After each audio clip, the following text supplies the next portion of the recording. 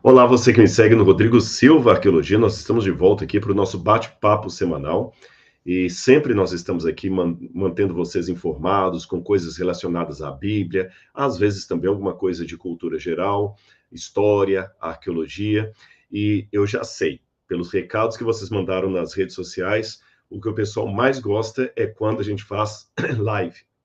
O pessoal prefere mais a live do que o vídeo gravado. Então, hoje aqui é uma live, são precisamente 19 horas e 1 minuto do dia 26 de agosto. Eu estou aqui na minha casa, Laura está me ajudando nos bastidores aqui, e eu estou com vocês nesse momento. Já tem muita gente conosco aqui. Nós temos a Kátia Tavares. Olá, Kátia.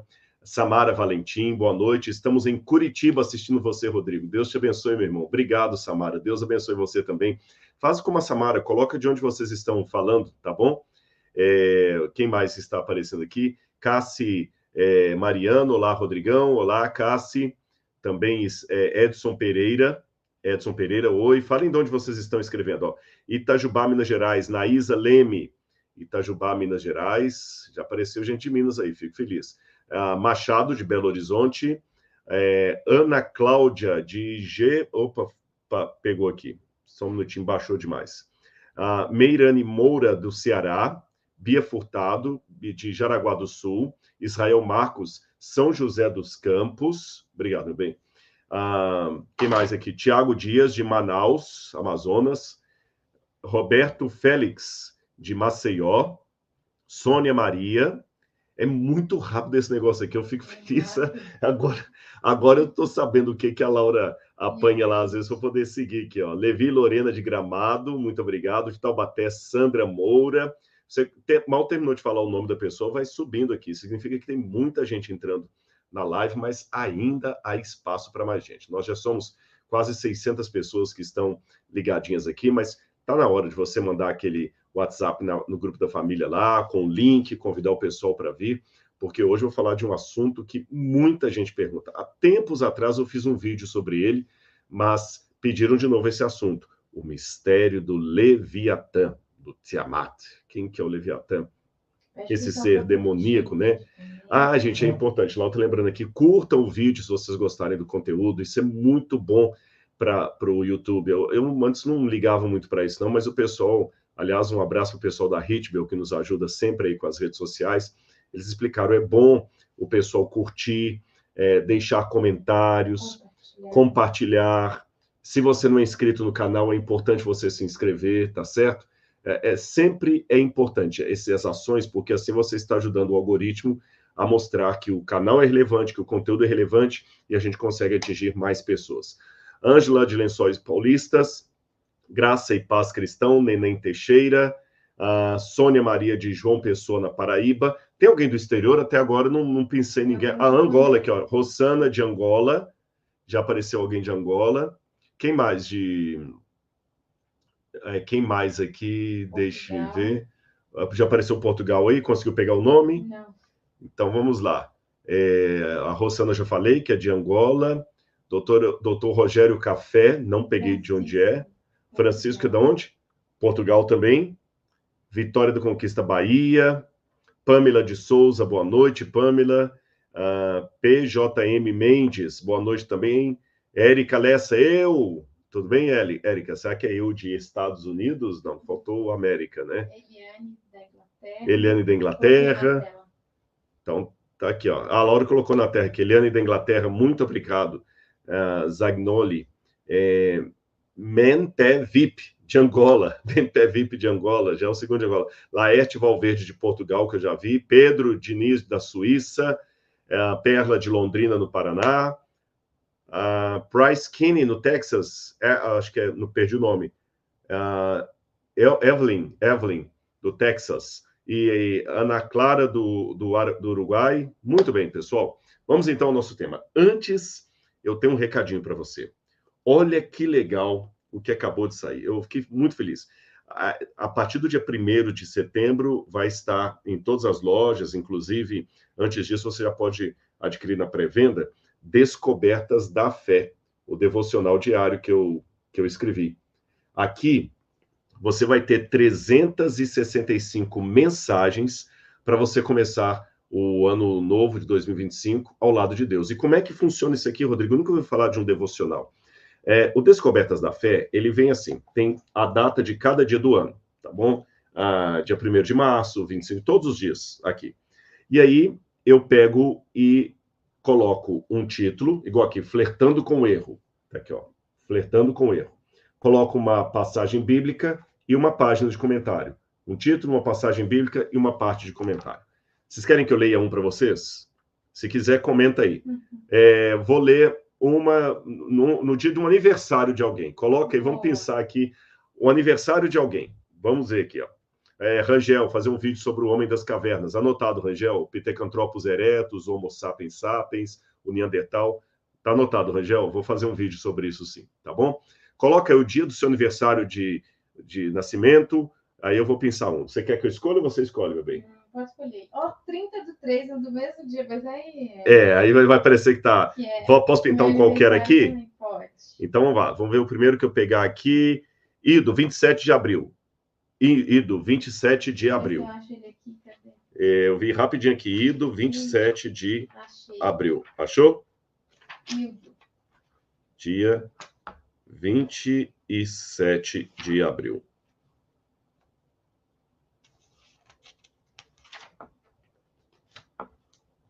Saiu aqui, olha. Críticas destrutivas. Esse é o título. Agora vem a passagem bíblica. Eu estou fazendo uma grande obra e não posso descer até aí. Por que deveria parar a obra para ir até aí me encontrar com vocês? Neemias 6, verso 3. A palavra crítica vem do grego kritike, que significa a arte de julgar ou apreciar algo. Originalmente, seu sentido era positivo. No entanto, desde que a chamada crítica construtiva caiu no gosto popular, parece que todo mundo acha que pode falar o que quiser, muitas vezes depreciando o trabalho dos outros, sob o pretexto de buscar melhorias. Contudo, as coisas não são simples assim, especialmente quando o autor da crítica não possui experiência ou histórico que justifique o seu ponto de vista. Muitas vezes, a chamada crítica construtiva vem de pessoas que não construíram absolutamente nada. Não é agradável lidar com pessoas que vivem opinando sobre tudo e não acrescentam muita coisa. Elas só possuem pontos de vista sem resultado prático. Isso não quer dizer que não haja observações legítimas. Como diz Provérbios 11:14, com muitos conselheiros, há segurança. A questão, portanto, não é rejeitar sugestões, mas diferenciar com sabedoria o bom conselho da crítica destrutiva. Também é importante avaliar se nós mesmos não estamos nos assemelhando aos críticos vazios, como Sanballat, Tobias e Gesem, da história de Neemias que eu acabei de ler para vocês. A arqueologia comprovou a existência desses 3 inimigos de Judá. Os papiros encontrados em Elefantina, no Egito, mencionam Sanballat como governador da Samaria, e uma inscrição funerária na Jordânia traz o nome de Tobias, que foi identificado com o Tobias bíblico. Por fim, no Museu do Brooklyn, encontra-se uma tigela de prata com a inscrição Geshem, rei de Kedar, que talvez seja o mesmo Gesem mencionado em Neemias, capítulo 6, versículo 1. Esses homens queriam atrapalhar a obra de Deus. Ao enfrentarmos opositores semelhantes, devemos agir como Neemias e não descer do muro para discutir com quem não está trabalhando. A fim de que não nos tornemos críticos como estes, seria bom passar as nossas opiniões pelas 3 peneiras de Sócrates, que, mesmo não sendo de sua autoria, são muito valiosas. O que falarei será, número 1, verdadeiro, número 2, bom, número 3, útil. Somente depois de passar por esse tríplice crivo é que nossas contribuições deveriam chegar aos ouvidos dos outros. Use esses princípios e contribua de modo eficaz para o bem daqueles que estão ao seu redor. Gostaram? O Hildo gostou? 27 de abril? Então, pessoal, se vocês gostaram, você pode adquirir depois no vídeo. O vídeo já está aqui, tá bom? Você pode adquirir, pode dar de presente para alguém aqui. Você pode adquirir para si mesmo em 2025. Eu quero um livro, como eu faço, Darleide, né? Então, Darleide, você vai ter aqui no link como é que você pode adquirir o seu, tá certo? Mas eu não estou vendo se o pessoal gostou ou não gostou da reflexão aqui. Muito bom, Thalita achou bom. Marta Luiza, já comprei o meu. Muito bem, Marta. Carla, me indique uma boa versão da Bíblia. Eu gosto muito da Nova Almeida atualizada, a nova versão internacional. Rob Ferreira, quem é o Leviatã? Vamos responder daqui a pouquinho. Rangel, amei. Valeu. Você pega só um pouquinho de água para mim, por favor? E Marcos Xavier, gostei. Boa, maravilha. Então, que bom. Se vocês gostaram, tem mais 364 reflexões como esta, esperando por você para 2025. Vamos lá, pessoal. Então, vamos hoje ao assunto da nossa live sobre o Leviatã.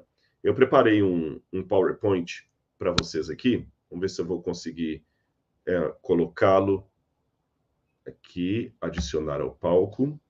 Muito bem. Está aparecendo para vocês aí? Só me respondam, porque a Laura foi pegar água para mim e ela tem um retorno ali se está aparecendo. Só me fala se está aparecendo para vocês o slide aí, bem na câmera. Entrei agora, sempre feliz por ouvir tudo. Paula Oliveira, obrigado, Paula. Sim, então chegaram aí. Ok. O que seria o Leviatã? Eu já ouvi várias vezes esse nome sendo mencionado fora da Bíblia, até em desenho animado. Eu me lembro que há muitos anos havia um desenho que passava. Havia um desenho chamado, obrigado, meu bem, chamado Caverna do Dragão. Vocês se lembram desse desenho? E aqui é apenas uma ilustração, tá bom? É apenas uma ilustração. Não estou fazendo nenhuma recomendação para assistir ou não assistir o desenho, só estou pegando uma ilustração. Nesse desenho, A Caverna do Dragão, havia um grupo de meninos que estavam presos no mundo mágico e tinha lá um mestre dos magos e aparecia um dos grandes inimigos, que era o Tiamat, esse dragão, o Tiamat. E num dos desenhos, o Tiamat é explicado como sendo o Leviatã, e vê que é um monstro com várias cabeças de serpente, de dragão, de monstros. Agora, você sabia que o Leviatã, na verdade, é um personagem ou um nome que aparece primeiramente na Bíblia Sagrada, ou seja, o desenho animado que pega o Tiamat e depois fala que ele é o Leviatã, está tirando essa fonte tanto da mitologia do Antigo Oriente Próximo, quanto da Bíblia Sagrada. A palavra Leviatã, aqui está em hebraico, como se escreve Leviatã, ela aparece 6 vezes na Bíblia. Ela aparece em Jó, capítulo 3, versículo 8, Jó 41, verso 1, Salmo 74, verso 14, Salmo 104, 26, e 2 vezes no livro de Isaías, capítulo 27, versículo 1. Então, eu vou ler essas passagens da Bíblia para você, onde aparece o termo Leviatã, e vou explicar para você o que é o Leviatã, qual o sentido dele, que monstro é esse, se ele existiu, se não existiu, se ainda existe, etc. Tá bom? Vamos ler a primeira passagem aqui. Pronto. A primeira passagem é Jó, capítulo 3, versículo 8. Livro de Jó, capítulo 3, antes de Salmos aqui. Jó, capítulo 3, versículo 8. Na minha tradução diz assim, eu estou lendo a Nova Almeida atualizada. Amaldiçoem-na aqueles que sabem amaldiçoar o dia e sabem instigar o Leviatã. Esse texto aqui em Jó, ele fala do Leviatã e fala amaldiçoem aqueles que sabem amaldiçoar. No hebraico, literalmente está assim, olha, que aqueles que amaldiçoam os dias, o amaldiçoem, aqueles que são habilidosos para despertar o Leviatã. Então, alguns comentaristas entendem que o livro de Jó está falando de alguns feiticeiros ou magos que arvoravam, não significa que tinham realmente, arvoravam o poder de despertar esse monstro, o Leviatã. Que monstro seria esse? Vamos continuar vendo. As outras passagens bíblicas que mencionam o Leviatã seriam o Salmo 104, 26, que diz assim, fizeste em pedaços as cabeças do Leviatã e o deste por mantimento aos habitantes do deserto. Nesse Salmo 104, Deus está fazendo uma comparação entre o Leviatã e as forças do Egito, quando elas estavam perseguindo o povo de Israel.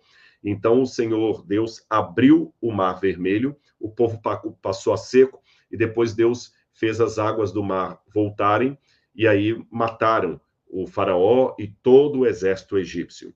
É nessa descrição poética da travessia do Mar Vermelho que o Leviatã também aparece, como sendo um símbolo do faraó. O Salmo 74, verso 14, também diz assim, perdão, acabei lendo errado aqui, esse que é o fizeste em pedaços, o Leviatã. O Salmo 103 é assim, ali andam os navios, e o Leviatã que formaste para nele tocar.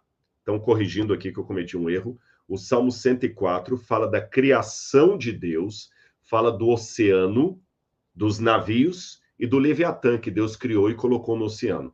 O Salmo 74 é que faz uma comparação do Leviatã com as forças militares do faraó e dos egípcios. O livro de Jó, capítulo 41, verso 1, é um momento em que Jó pede a Deus uma explicação de por que aquelas coisas estavam acontecendo com ele. Então Deus faz duas aparições para Jó. Só para quem não conhece o livro de Jó, acho que merece uns 30 segundos aqui para contextualizar. Jó foi o homem que mais sofreu no Antigo Testamento. Ele era um homem próspero, temente a Deus, que fazia o que era correto, e num dia em que o diabo estava colocando dúvidas sobre o caráter de Deus, o diabo falou que ele tinha o direito de ir ao céu, porque o planeta Terra era dele. O diálogo entre Deus e Satanás é colocado em forma de ironia. Deus pergunta assim, de onde vens? E ele fala de passear pela terra e rodear por ela, que é uma expressão idiomática que significa eu ando aqui, acolá, e ninguém me deteve. Eu tenho o direito legal de estar aqui. Porque, lembremos, Adão caiu em pecado juntamente com Eva, então o planeta Terra se tornou de Satanás. Tanto é que no Novo Testamento, Jesus se refere ao diabo como príncipe desse mundo. Então ele perdeu o lugar dele no céu e foi arremessado do céu com seus anjos, mas de maneira muito petulante. Ele voltou ao céu levando nas mãos um certificado de propriedade quando a humanidade lhe deu o governo da terra ao cair em pecado. Então é nessa situação que ele aparece diante de Deus no livro de Jó, e quando ele fala, eu tenho o direito de estar aqui, Deus fala, não, você já viu meu servo Jó? Porque ele é fiel a mim. Nem todo mundo na terra aceita você como Deus desse mundo. Aí ele falou, Jó aceita o Senhor porque o Senhor o compra com favores e bênçãos. Tira a bênção de Jó e eu quero ver se ele vai continuar fiel ao Senhor. Então Deus permite que Jó passe por uma tremenda provação nas mãos do diabo, e Jó sofre e continua fiel a Deus, mas Jó questiona, por que eu estou sofrendo? Porque Jó não viu esse diálogo de Deus com Satanás no céu, Jó não viu esse capítulo da ida do diabo ao céu. Então Deus aparece para Jó duas vezes para dar-lhe a resposta. Na primeira vez, Deus leva Jó para conhecer os mistérios da natureza e começa a fazer um monte de pergunta retórica para Jó. Jó, você consegue atar o laço do Órion ou do sete estrelas, das constelações? Você sabe como é que a gente armazena a neve para depois jogá-la durante o período do inverno? Você sabe isso? Onde é que você estava quando eu lançava os fundamentos da terra? Em outras palavras, Jó, você não sabe nada. Aí Jó fica envergonhado e fala assim, realmente, quem sou eu para discutir com o senhor? Eu não sei nada, eu sou um leigo diante do maior especialista do universo. Aí Deus faz uma segunda aparição para Jó, onde ele mostra a Jó dois paquidermes mitológicos, monstruosos, o Leviatã e o Behemoth, que algumas Bíblias traduzem como crocodilo e hipopótamo, mas essas traduções não estão boas. E o Leviatã é a serpente do mar. E quando Deus mostra o combate entre o Eterno e o Leviatã, Deus também pergunta a Jó, poderás tirar com o anzol o Leviatã, ou ligarás a sua língua com uma cobra, com uma corda? Quer dizer, você consegue amarrar a boca do Leviatã com uma corda? Não. Você consegue pescá-lo do mar com um anzol? Não. Então deixe que eu sou o único que posso batalhar contra o Leviatã, que é justamente o dragão. E por fim, Isaías 27, versículo 1, também mostra uma batalha cósmica entre Deus e o Leviatã. Eu vou ler o texto de Isaías para vocês. Naqueles dias, o Senhor castigará com a sua dura espada, grande e forte, o Leviatã, serpente veloz, e o Leviatã, serpente tortuosa, e matará o dragão que está no mar. O modo como Isaías está escrito é um modo de poesia hebraica. A poesia hebraica nem sempre ela é marcada por rima. Raras vezes você vai ter a rima na poesia hebraica. Ela é mais marcada pelo paralelismo de ideias. É como se eu falasse, aquele carro é veloz e novo, um automóvel rápido e 0 quilômetro. Percebeu? Aquele carro é veloz e novo, automóvel rápido, 0 quilômetro. Carro, automóvel, veloz, rápido, novo, 0 quilômetro. Eu falei a mesma coisa com palavras diferentes. É assim que é a poesia, e é assim que Isaías está falando. Ele fala, Deus castigará com a sua dura espada grande e forte. Deus castigará com a sua dura espada, grande e forte. O Leviatã, serpente veloz. O Leviatã, serpente tortuosa. E matará o dragão que está no mar. O dragão que está no mar é justamente o Leviatã. E de onde vem essa palavra Leviatã? Às vezes na Bíblia, o Leviatã é chamado por outro nome, Tanim. Tanim vem de Tan, significa monstro marinho, serpente, dragão. Então, por exemplo, tem várias passagens que ele é chamado de Tanim. Gênesis, capítulo 1, versículo 21, fala dos Tanim. Vamos ler essa passagem para vocês. Gênesis, capítulo 1, verso 21, diz assim, assim Deus criou as grandes criaturas marinhas. Você tem também em Êxodo, capítulo 7, verso 9, quando diz que Moisés jogou a vara no chão e os homens de Faraó também, e a vara dele se tornou em serpente. No hebraico está a palavra tanim, ou seja, uma serpente draconiana, uma serpente monstruosa, uma serpente incomum. Então, o Leviatã é uma mistura de serpente com dragão, com asas e, ao mesmo tempo, um ser marinho, um ser aquático, tá bem? Aí, com base em todas as passagens bíblicas que falam da Tanim ou do Leviatã, a pergunta que se faz é como é que seria esse monstro? É interessante que o pessoal jogou na inteligência artificial o pedido. De acordo com a descrição bíblica, faça o desenho do Leviatã. Porque o nosso designer quase fez isso hoje. A Laura está falando muito legal, porque o nosso designer quase fez isso hoje. Só que eu antecipei o pensamento dele e eu vou dar uma chance para vocês. Vocês querem ou não querem ver como é que era o Leviatã de acordo com a inteligência artificial? Vamos ver, me respondam aí. Se vocês falarem que querem, eu mostro. Senão a gente já vai encerrando a live por aqui. Vamos lá. Vocês querem saber como era o Leviatã de acordo com a inteligência artificial? A inteligência artificial foi alimentada com as informações bíblicas. E aí sim, a Thaísa quer saber, o Alex também, a Simone Santos, quero ver. Então vou surpreender vocês com uma coisa. A inteligência artificial deu várias versões do Leviatã. E tem uma razão por que disso na Bíblia, tá bom? Eu vou mostrar aqui para vocês. Olha bem. A primeira aqui, essa é a primeira. A primeira versão que a inteligência artificial deu, baseado em tudo que a Bíblia descreve do Leviatã, que é um monstro marinho em forma de serpente. Aí fizeram o exercício de novo. Ela deu outra versão. Olha, pior ainda. Os dentes, que a Bíblia fala que o Leviatã tem dentes por toda parte, né? Essa é outra versão que a inteligência artificial deu do Leviatã. A outra, essa aqui, como se fosse um monstro, assim, que pula nas águas, como se fosse uma baleia, dando pulos ali. Essa aqui, para mim, é terrível. Imagina você encontrar um monstro desse com metros e metros de comprimento. E essa é a mais terrível de todas, que focou especialmente nos vários dentes que o Leviatã teve. Você pode perguntar, Rodrigo, onde está essa descrição do Leviatã? No livro de Jó. Jó fala que ele tinha vários dentes ao redor da boca, e no hebraico, como está ao redor da boca, é um negócio complicado de desenhar. Até a inteligência artificial encontrou uma certa dificuldade. E ele tem coraça, por isso que o pessoal pensou que seria um crocodilo, uma coraça dura, E ele também expele, segundo o livro de Jó, ele expele fogo pelas ventas, sabe? Ele é marinho, mas ele também tem asas. De onde veio toda essa descrição e por que isso?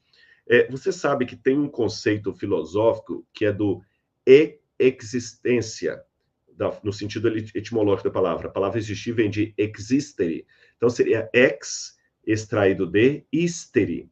Ou seja, há alguns pensamentos, de acordo com a filosofia, que eles são propositadamente ambíguos para deixar claro na nossa mente que eles estão descrevendo algo que nós nunca vamos alcançar.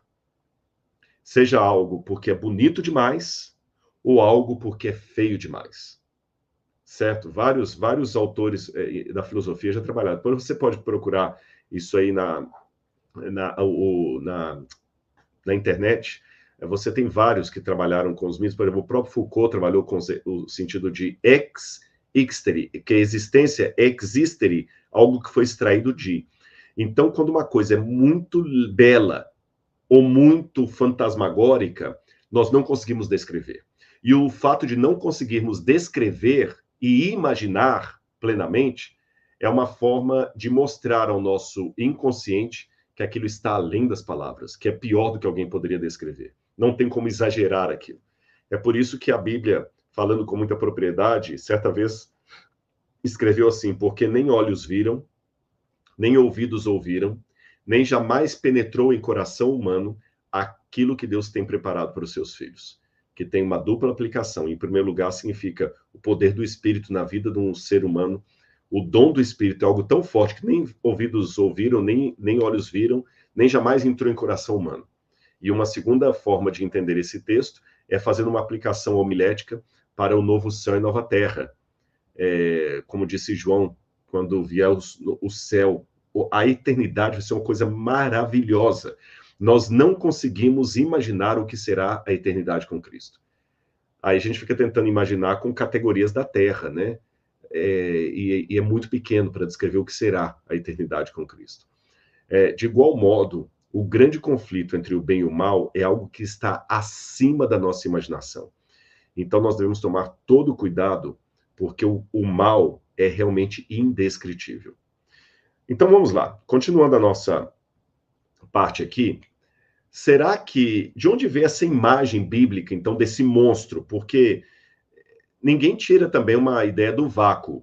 Os autores bíblicos, para falarem do Leviatã, eles devem ter tido alguma inspiração. De onde veio a inspiração para falar desse monstro caótico, demoníaco, draconiano, mitológico? De onde veio a inspiração? Muita gente ficou preocupada em saber, será que o Leviatã existiu? Porque, às vezes, quando fala na Bíblia, você pode pescar o Leviatã, Deus destruiu o Leviatã, parece que está falando de um animal real. Quem seria o Leviatã? Aí há várias opiniões. A mais popular é essa que fala do Basilosaurus. Basilosaurus é esse bicho que vocês estão vendo aí. Já encontraram um com 20 e poucos metros de comprimento. O Basilosaurus, apesar desse nome, ele é um mamífero aquático que viveu depois da destruição dos dinossauros. Ele é pós-dinossauro. Então, quando ele foi encontrado pela primeira vez, no século XVII, a primeira ossada dele, eles deram o nome de Basilosaurus, porque saurus significa lagarto, tá certo? Então, dinossauro é um tipo de lagarto. Só que esse nome está errado, porque ele não é um dinossauro. Mas os cientistas não se preocuparam muito com a nomenclatura errada e deixaram que ele fosse chamado de Basilosaurus. Que seria Basilosaurus? Basilos vem do grego basileus, que significa rei. Então seria o rei dos répteis, dos lagartos, dos répteis. Mas, na verdade, ele seria algum tipo de ancestral, quem sabe, de um mamífero, da baleia, alguma coisa assim. E aí alguns chegaram a pensar se o Basilosaurus não seria o Leviatã mencionado na Bíblia. De onde tiraram esta conclusão? É porque o Basilosaurus, o rei lagarto, como eu falei com vocês, o rei dos répteis, ele foi encontrado, as ossadas dele, fossilizadas, é claro, foram encontradas na região da Jordânia, do Egito, da Mesopotâmia. Então, como ele foi encontrado justamente ali no Antigo Oriente Médio, alguns chegaram a supor que talvez os autores da Bíblia viram a ossada de um Basilossauros e deduziram que ele seria o Leviatã, tá certo? Então, a ideia de alguns é que o Leviatã teria existido, mas que os autores da Bíblia viram apenas a sua ossada e, com base nela, se inspiraram para criar um monstro mitológico, tá certo? Daqui a pouco eu vou me posicionar em relação a isso.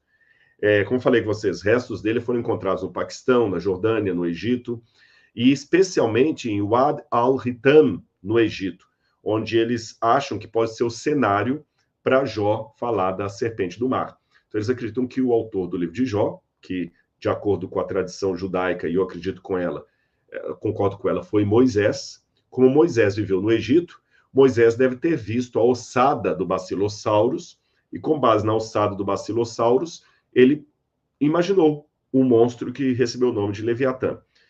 Vou mostrar para vocês a ossada que foi encontrada em Wad al-Hitam, no Egito. Olha ela aí. Estão conseguindo ver na tela?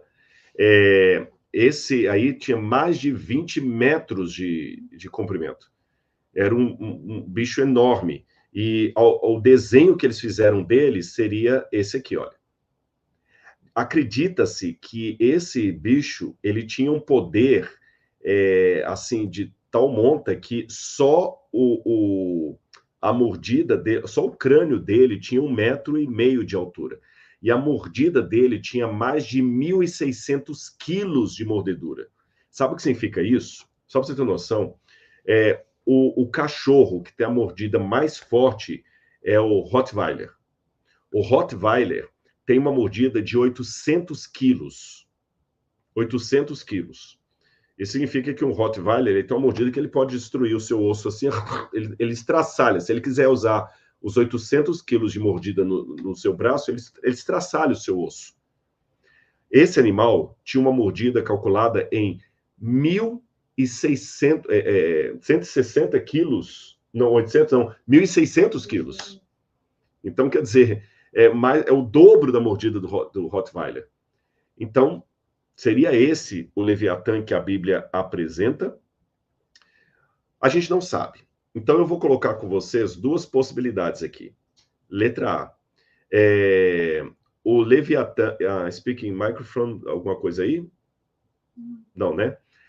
Uma possibilidade que alguns pensam é que os antigos podem ter visto ossadas mais bem preservadas do Basilossauros e ela inspirou a criação imaginária do Leviatã. E não só na Bíblia. Isso aí foi por vários povos. Vários povos. Por exemplo, nós temos algumas cartas marítimas que os desenhistas faziam com base nas expedições dos marinheiros. Isso aí é do século XVI. E elas sempre desenham, conseguem ver aqui na parte inferior, não sei se dá para vocês verem aqui, tem uma serpente do mar aqui desenhada na parte inferior da fotografia.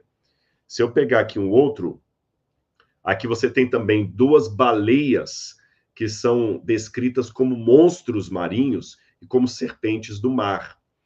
E, haja vista, nós temos muitos relatos da época das grandes descobertas, a partir do século XVI, onde muitos marinheiros, argonautas, afirmavam ter visto no mar um monstro marinho, uma serpente do mar, sabe? E há alguns, a bem da verdade, que acreditam que esses monstros devem existir em algum lugar nas profundezas do mar, porque o fundo do mar tem lugares que o ser humano ainda não foi.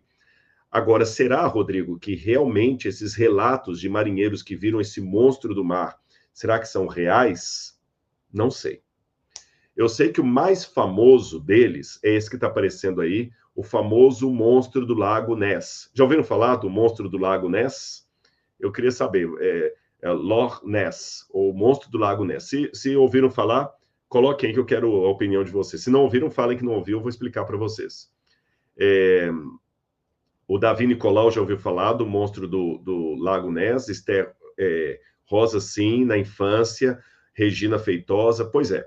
Muita gente fala que no Lago Ness tem esse monstro e apresenta essa foto aí. Se você colocar na internet, é a foto que aparece. Lamento decepcionar aqueles que acreditavam nessa foto. Hoje já está provado que essa foto é fake. Isso, na verdade, era um submarino de brinquedo em forma de dinossauro que alguém fotografou e a coisa caiu aí e já está comprovado que não existe nenhum monstro no Lago Ness. Alguém até falou, mas será que o Basilosaurus não estaria no Lago Ness? Não, de acordo com biólogos e paleontólogos, o Basilosaurus não sobreviveria no Lago Ness, por várias razões que eu não saberia reproduzir para vocês, porque eu não sou paleontólogo, não sou especializado em dinossauros ou espécies extintas e fossilizadas. Então, eu não tenho expertise para dizer para vocês se existem realmente paquidermes de monstros do mar ou se essas histórias são todas lendárias. Eu não tenho condição de responder isso para vocês. O que eu posso afirmar é que há muitos relatos de marinheiros que viram um monstro no mar, mas a minha resistência em afirmar que são verdadeiros ou não é porque quando você vai procurar a fonte dessas histórias, não tem uma fotografia, não tem nada comprovado, é só aquele negócio que alguém ouviu de alguém que desenhou, a gente não sabe. Mas o que eu posso dizer para vocês do ponto de vista arqueológico? O que eu posso dizer é que em praticamente todas as culturas do mundo, nós encontramos referências ao monstro marinho. Tá certo? Que não tem nada a ver com o monstro do Lago Ness. Até trouxe aí para ilustrar para vocês, em 1933, fizeram um filme do Minotauro não, do King Kong. Não tem agora aí o King Kong, eu esqueci o nome daquele monstro, Godzilla. Não fizeram agora um filme do King Kong contra o Godzilla? Pois é, em 1933 já tinha um filme do King Kong lutando contra o Godzilla, que muita gente dizia ser o Leviatã, ou a serpente do mar, ou o monstro do Lago Ness. E olha como é que era o efeito especial do filme da época, de 1933. Eu vou até colocar uma foto ampliada para vocês verem que perfeição, só que não. Olha como é que era o desenho. Na verdade, era um bonequinho de borracha, de alguma coisa ali, na época não tinha o plástico ainda, o plástico não tinha sido inventado ainda nos anos 1930, então era algum boneco, talvez, de argila que eles faziam lá e criavam todo aquele efeito, o pessoal achava maravilhoso, né? Mas não temos nenhuma evidência, realmente, do monstro do Lago Ness, como eu falei com vocês. A criatura, como eu falei, era um submarino de brinquedo, e esse livro aí é um livro que quem lê inglês, eu até sugiro que vocês leiam, do Daniel Loxton e Donald Protero. O Donald Protero, inclusive, é paleontólogo, e apesar da capa sensacionalista do livro, né, Ciência Abominável, o conteúdo é muito acadêmico. E ele mostra porque é impossível a existência do monstro do Lago Ness, tá certo? Loch Ness. Então, esse monstro aí não existe. Repito, quanto aos relatos dos marinheiros, eu vou deixar na dúvida, né? Alguns até pensam também que eu falei com vocês do Basilosaurus, mas tem um outro candidato a ser o Leviatã. É esse aí, é o Plesiosauro. O Plesiosauro foi um réptil marinho encontrado em 1951 e muitos consideram como modelo do monstro do Lago Ness, tá certo? Mas os acadêmicos também acham que esse monstro não poderia existir ali no Lago Ness. Mas, como eu estava falando com vocês, do ponto de vista da arqueologia, o que eu posso dizer é que há relatos de um monstro marinho em praticamente todas as culturas do mundo. Por exemplo, esse aí é o padre francês Marquette, Jacques Marquette. Jacques Marquette, ele foi um padre que cresceu no Canadá, na parte francesa do Canadá, e depois ele foi para os Estados Unidos como missionário, para o que seria chamado Estados Unidos. E ele que fundou Michigan, ele que fundou o estado de Michigan. E ele disse que quando ele estava navegando com os índios, esse aí é justamente o relatório de bordo dele, as viagens dele, fugiu agora o nome, o diário dele, ele cita que quando ele chegou numa determinada tribo de índios, ele viu desenhada na caverna esse desenho aqui que ele reproduziu, e esse monstro, os índios diziam que se chamava Piaça. E Piaça era o monstro marinho que representava o mal. Quando você queria, nessa cultura indígena, falar da maldade, do mal no sentido máximo da palavra, você usava o termo Piaça. E Piaça era descrito pelos índios e desenhado numa pintura rupestre, que hoje apagou. Essa pintura rupestre não existe mais, mas ela foi apagada, mas o padre conseguiu fazer um desenho dela. Eles descreviam como sendo um dragão que era ao mesmo tempo uma serpente com asas e morava nas profundezas do mar. Muito interessante. Essa cultura entre os índios, isso no século XVII, 1600 e pouco, e esses índios já falando de um monstro do mar, representante máximo do caos, do mal, e que era ao mesmo tempo um dragão e uma serpente. Se eu sair da cultura ali do norte da América e for para os astecas também falavam de uma serpente do mar, que era o símbolo de tudo o que é mal. Você tem o desenho aí dessa serpente do mar asteca, tá certo? Não somente os astecas, os maias também, os incas, os pueblos, que eram outro corpo indígena. Se eu saio aqui das Américas, assim, entre os índios do Brasil também, você tinha o mito de uma serpente do mar que representava todo o caos. Você já ouviu falar no Vale do Anhangabaú, em São Paulo? A palavra Anhangabaú significa serpente de fogo das águas. Serpente monstruosa. A palavra Anhangabaú é uma serpente de fogo das asas. E mesmo os índios brasileiros também tinham, muito antes da chegada do europeu, tá certo? Muito antes da chegada dos europeus. Então, não é nenhuma mitologia indígena que copiou algo que os missionários disseram, não. Esses índios do Brasil, índios da América Central, índios da América do Norte, falavam de um ser monstruoso que era, ao mesmo tempo, um dragão com asas, uma serpente com asas, que habitava no caos das águas e representava tudo que era mal. Se eu saio dessa geografia aqui, alguém já falou, os japoneses, os chineses também, tem muita história de serpentes entre os chineses, japoneses, indianos ou hindus, né? Na Grécia, você tem a mitologia grega também repleta de dragões. Por exemplo, Ladon e a Hidra de Lerna são filhos de Tifão que foram mortos por Hércules. Inclusive, o primeiro vaso grego aqui, esse cráter, mostra o Hércules vencendo a Hidra de Lerna, que era uma serpente do mar, com várias cabeças, está vendo? No outro vaso grego, você tem a Piton, que era também uma serpente marinha, monstruosa, criada para matar Leto e seus dois filhos, que seriam o Apolo e a irmã dele, Artemis. Essa história é muito interessante, na mitologia grega. Também, em Komi, no leste de Chipre, tem um cráter de estilo micênico que mostra carruagens arrastando ou sendo perseguidos por baleias voadoras. Mas muitos pensam assim que não parece baleia, parece algum tipo de monstro marinho. Aqui também nós temos esse outro cráter grego, onde você tem o herói lutando contra um monstro do mar. Veja que há vários peixes juntos com ele ali, um monstro marinho. Nós temos também, na época minoica dos gregos também, paredes desenhadas com um monstro do mar, que parece uma mistura de serpente com dragão. No mundo romano também, você tem vários mosaicos das casas, onde você tem sempre desenhado, há vários, gente, eu estou dando apenas alguns exemplos para vocês aqui, de pescadores sendo ameaçados por uma serpente do mar, que era o símbolo do mal.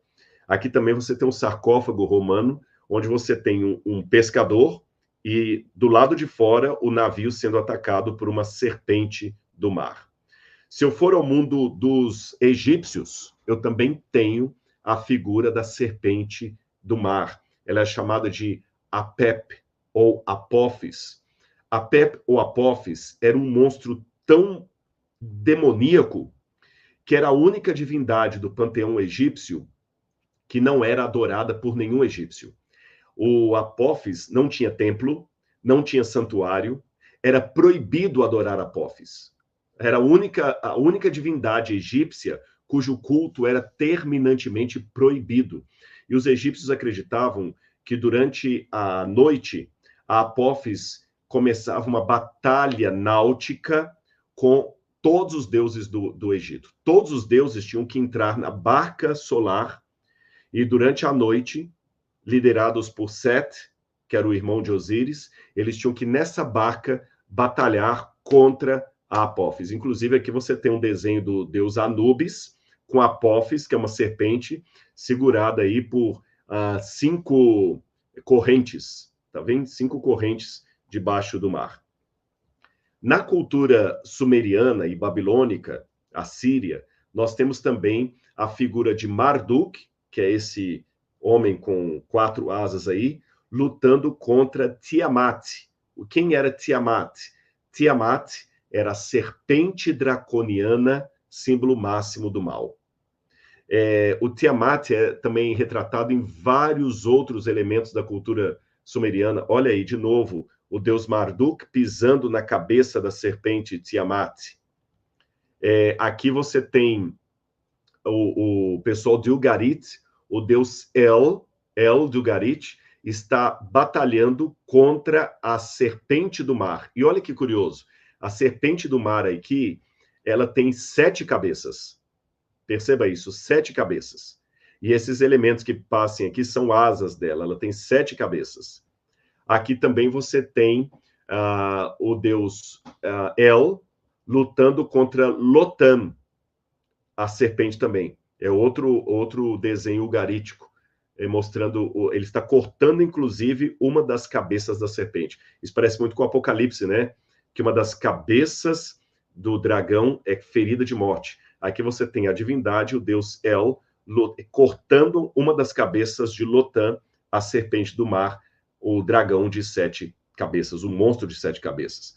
Na mitologia hitita, também você tem um dragão serpentino morto por Tartunt, que é a encarnação do deus Urita, do céu e da tempestade.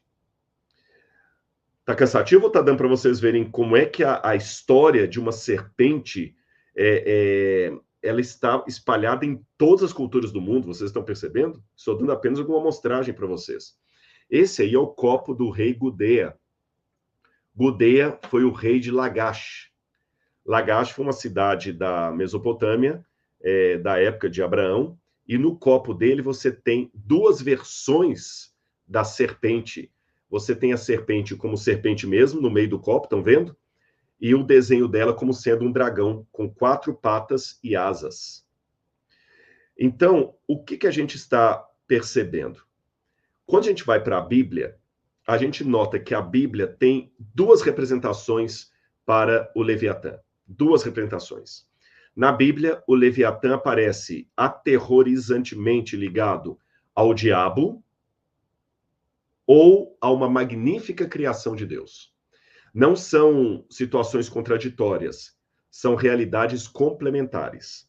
Na Bíblia, essa serpente do mar, chamada Leviatã, está intimamente ligada ao diabo e, ao mesmo tempo, ligada a uma criação magnífica de Deus.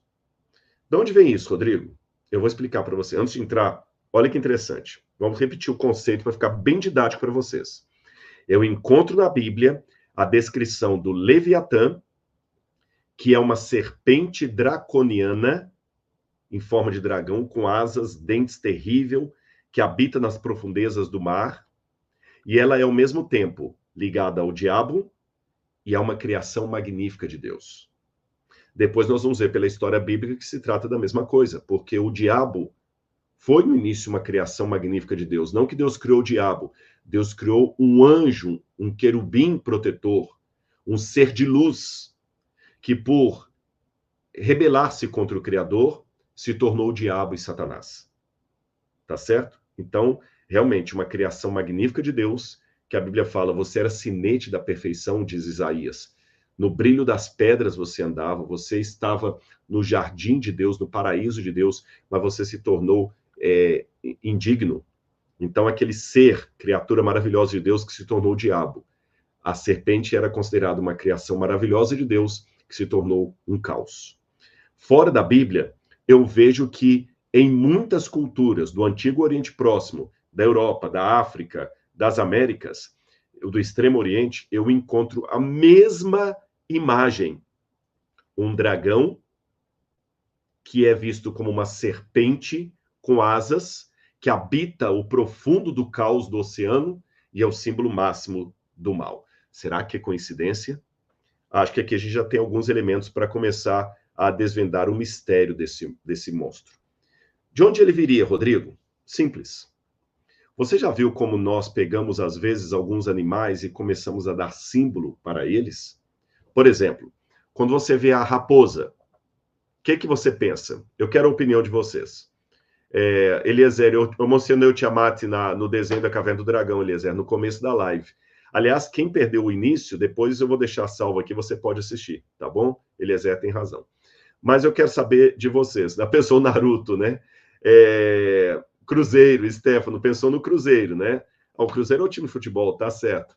Mas o que pensa, que categoria, que característica a raposa? Esperteza, não é isso? Raposa rouba, ladrão. Exatamente. Se você pegar muitos desenhos do passado, a raposa é o símbolo sempre do ardiloso, do espertalhão. Nos desenhos antigos, ou mesmo nas fábulas infantis, quando eles queriam mostrar alguém perigoso, sorrateiro, que engana, era a raposa. Percebeu? Quando a gente quer pensar em alguém fiel, é o cachorro. Quando quer pensar em alguém veloz, pensa no coelho. Você percebeu como é que os animais, eles vão, com o tempo, se tornando símbolos de coisas, e esses símbolos acabam ficando na cultura? Por exemplo, que cara burro! Por que estou chamando ele de burro? Estou chamando ele de idiota, que ele não está sabendo pensar direito. E por alguma razão, o burro acabou sendo o símbolo de alguém de raciocínio fraco. Concorda comigo? Quando alguém é muito forte, fala, nossa, mãe, ele é forte como um touro. É forte como um touro. Quando trabalha demais, esse aqui é um cavalo de trabalho. Quer dizer, o cara trabalha muito. Quando a pessoa é muito devagar, isso é uma tartaruga. Então, nós pegamos os animais e usamos como símbolos de alguns elementos que acabam passando na nossa cultura. Quando a pessoa não gosta de tomar banho, ô porco, esse menino tá porco demais. Porcaria, a gente falou porco, porcaria, quer dizer, algo sujo. Não é isso? Espertalhão, isso é uma raposa felpuda. Eu lembro que o Lima Duarte tinha um personagem na televisão que ele falava assim, esse é uma raposa felpuda. Quando quer falar de traição, a gente fala de cobra. Eu vi até um meme esse dia da menininha assim, né? Filhinha, como é que a vaquinha faz? Mu! E como é que o gatinho faz? Miau!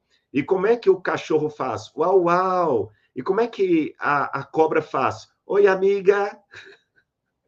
Ou seja, quando o pessoal quer falar de alguém que é muito traiçoeiro, fala, ih, lá vem a cobra. Esse camarada é uma cobra, cuidado. Ele é uma cobra, quer dizer, uma pessoa perigosa. Bom, por que eu coloquei essa digressão para vocês? Assim como na nossa cultura nós pegamos alguns animais para símbolo de coisas, no passado também eles pegaram. Então, juntando toda essa mitologia que eu encontro entre os incas, maias, astecas, pueblos, hindus, chineses, japoneses, África, Oriente Médio, o que eu percebo? Que desde o começo da história humana havia alguma tradição relacionada a um conflito entre o bem e o mal, sendo o mal representado por uma serpente e um dragão. Concordam comigo? Porque quando a gente nota os primeiros documentos escritos, eu vou mostrar para vocês aqui, olha, isso a gente chama de arquétipos mitológicos. O que são arquétipos mitológicos?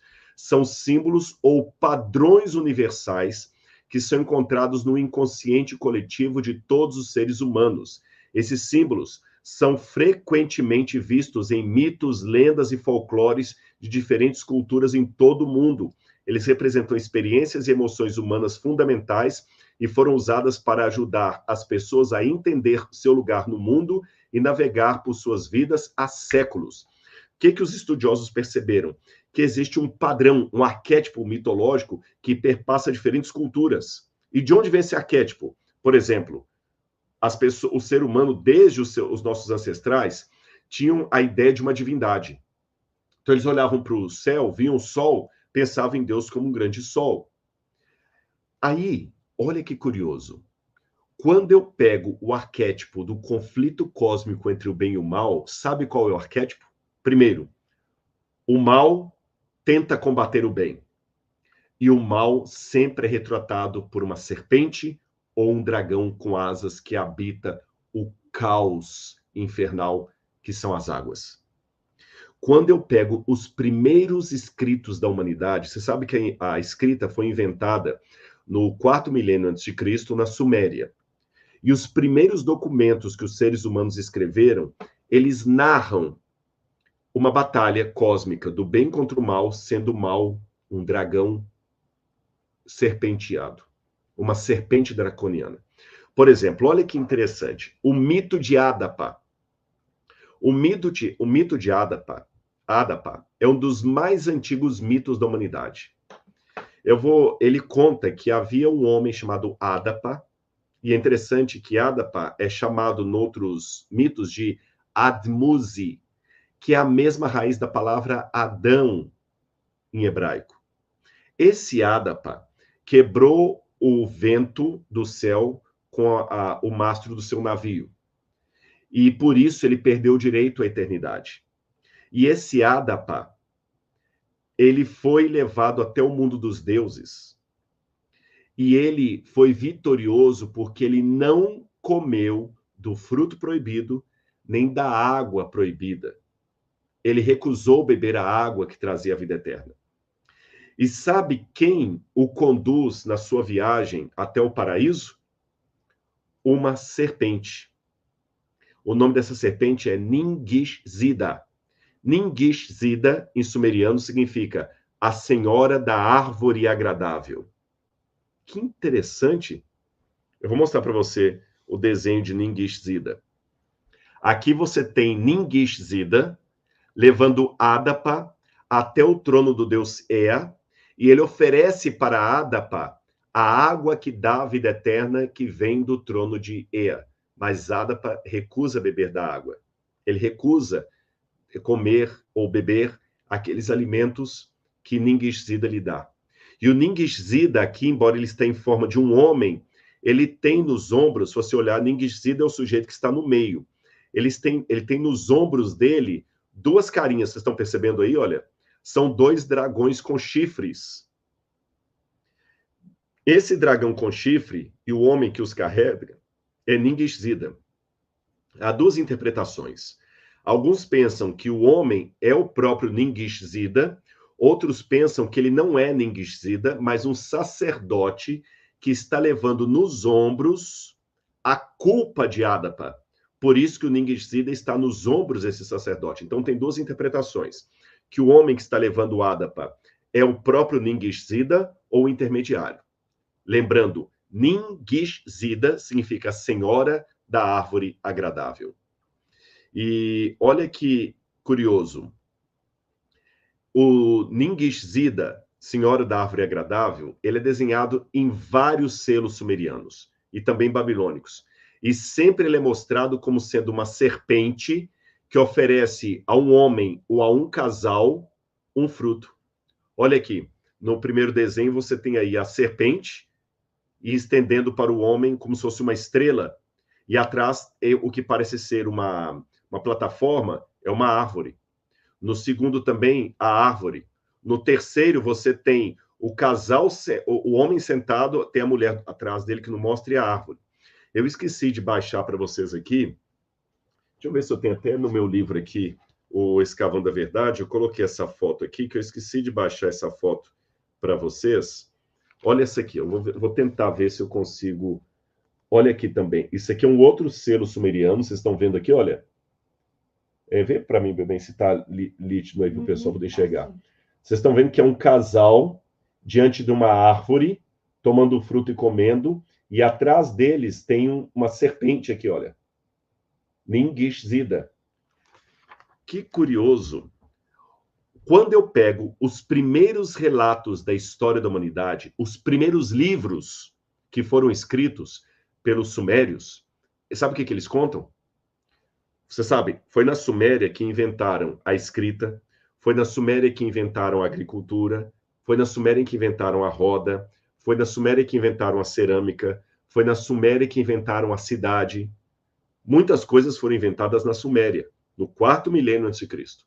E foi na Suméria que, em inventando a escrita, os primeiros livros da humanidade foram escritos. O que os evolucionistas dizem? Que os primeiros sumerianos chegaram ali como caçadores-coletores. De acordo com a evolução das espécies, a teoria de Darwin, o ser humano ele evolui da África Austral, se torna um caçador-coletor, vai andando, caçando e coletando. Quando chega na Suméria, que ele se assenta e dá início à civilização humana e começa a escrever e a contar a sua história. Saindo da evolução das espécies de Charles Darwin e entrando na história bíblica, o relato é mais ou menos parecido. Só que na história bíblica, o ser humano não vem pela evolução de Homo sapiens, Homo erectus, Pithecanthropus erectus, Homo ergaster, Australopithecus, não. O homem foi criado por Deus. Houve um dilúvio que destruiu toda a terra. A arca de Noé parou nas montanhas do Ararat, que seria entre a Turquia, Armênia e Rússia.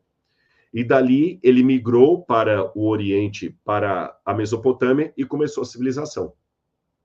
Percebeu? A diferença é que da teoria da evolução das espécies, o ser humano vem da África e vai para a Mesopotâmia. Na teoria bíblica, ele vem do Ararat e vai para a Mesopotâmia. A partir daí, a história bíblica é a história universal. Aí, se eu pudesse entrevistar os sumerianos e perguntar para eles, tá bom, a teoria é essa. Os evolucionistas falam que vocês vieram da África. Os biblistas falam que vocês vieram das montanhas de Urartu. Vocês mesmos, de onde vocês vieram? Sabe o que eles contam? Nós somos os ancestrais daqueles que viviam na região de Dilmun. Sabe o que é Dilmun? A região do Oriente. Sabe onde Deus plantou o Éden? Na região do Oriente. E sabem o que havia na região do Oriente para eles? O jardim paradisíaco de Edenu, que parece muito com a palavra Éden. E os próprios sumerianos contam nesses textos que foram deixados milenários e que hoje nós temos acesso, que eles são descendentes daqueles que sobreviveram ao grande dilúvio que cobriu toda a terra, e esses sobreviventes, por sua vez, eram descendentes daquele casal primitivo que morava no Jardim das Delícias. E eles falam que o grande conflito cósmico entre o bem e o mal tem relação com Tiamat, a serpente do mal. Muito parecido com o que a Bíblia apresenta. Olha aqui um outro desenho sumeriano, onde você tem o Ningishzida levando dessa vez um casal até diante de Ea, e atrás você tem a serpente, dessa vez com asas e 4 patas. Outro desenho também mostrando um leão pisando na cabeça de Tiamat, a serpente do mal. Você tem até na região cananeia, você tem esse mesmo mito. Por exemplo, o ciclo de Baal conta como Lotã, que era servo de Yamu.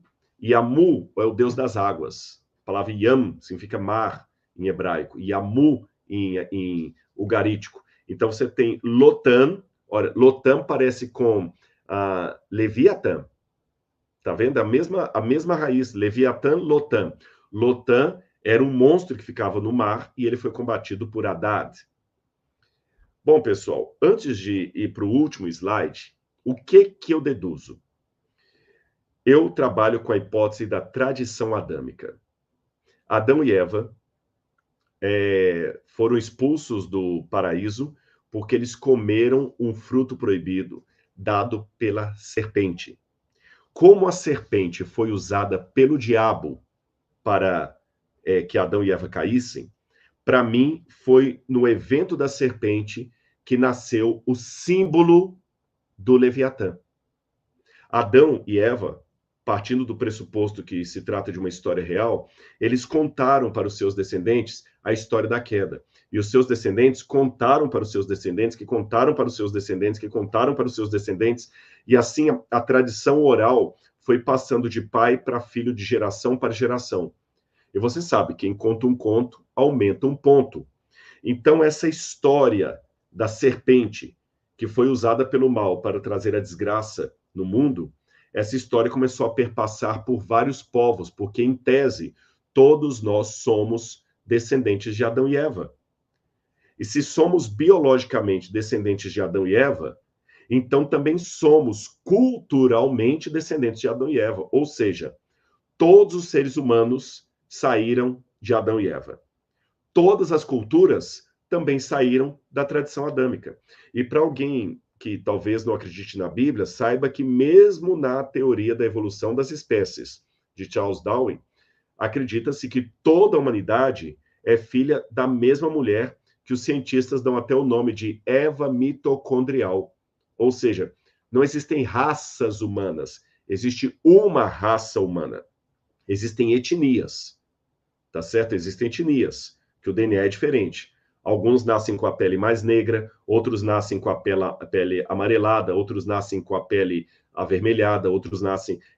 eu não vou explicar isso aqui agora, mas é o que os biólogos chamam de fenótipo e genótipo, tá bom? Mas em termos de DNA, nós somos todos seres humanos. Todos seres humanos. Não tem uma raça dos negros, uma raça dos pardos, uma raça dos índios, não. O índio é ser humano, o negro é ser humano, o caucasiano é ser humano, todos são seres humanos.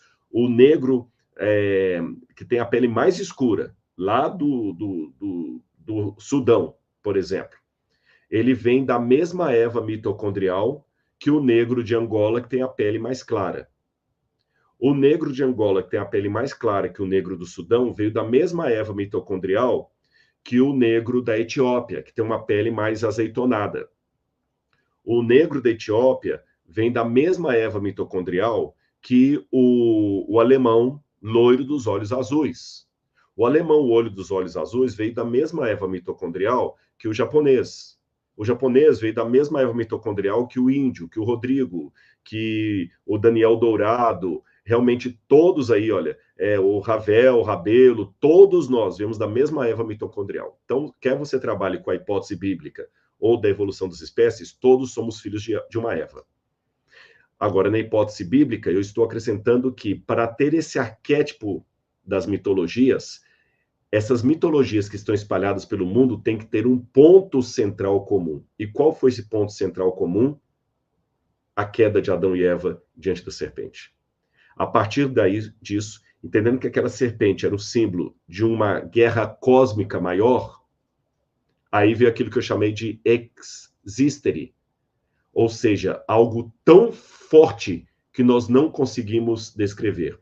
Por isso, os autores bíblicos lançaram mão de uma figura mitológica para representar o caos no sentido máximo da palavra. Lembrando o livro de Jó, quando Deus mostra para Jó dois monstros, um monstro do mar, o Leviatã, e outro monstro da terra, o Behemoth, no livro de Jó, Deus batalha com esses monstros e o Jó fica apavorado. E é interessante que depois, se você ler o livro de Jó, você vai ver que Deus tem duas aparições para Jó em meio ao seu sofrimento.